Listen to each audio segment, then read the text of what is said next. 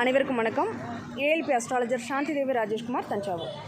நாம் இப்போ ராமேஸ்வரத்தில் ஏபிஜே அப்துல் கலாம் ஐயாவுடைய நினைவிடத்தில் இருக்கோம்.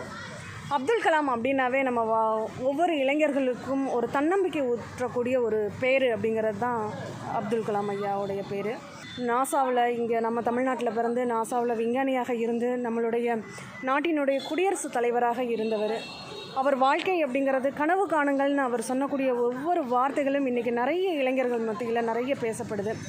ஒருத்தங்க நல்லா படிக்கலை அல்லது அறிவு திறமை நம்ம பையன் கொஞ்சம் கம்மியாக இருக்கார் அப்படின்னு பெற்றவங்க ஃபீல் பண்ணுறீங்க அப்படின்னா கண்டிப்பாக அவங்க அப்துல் கலாம் ஐயாவுடைய தன்மையை இந்த இடத்துக்கு அவர்கிட்ட பிரார்த்தனை பண்ணிக்கோங்க. ஏன்னா வாழ்ந்து கடவுளாக இன்னைக்கு இந்த இடத்துல அவருடைய தன்மைகள் நிறைஞ்சி இருக்குது அப்படிங்கிறத உணர முடியுது.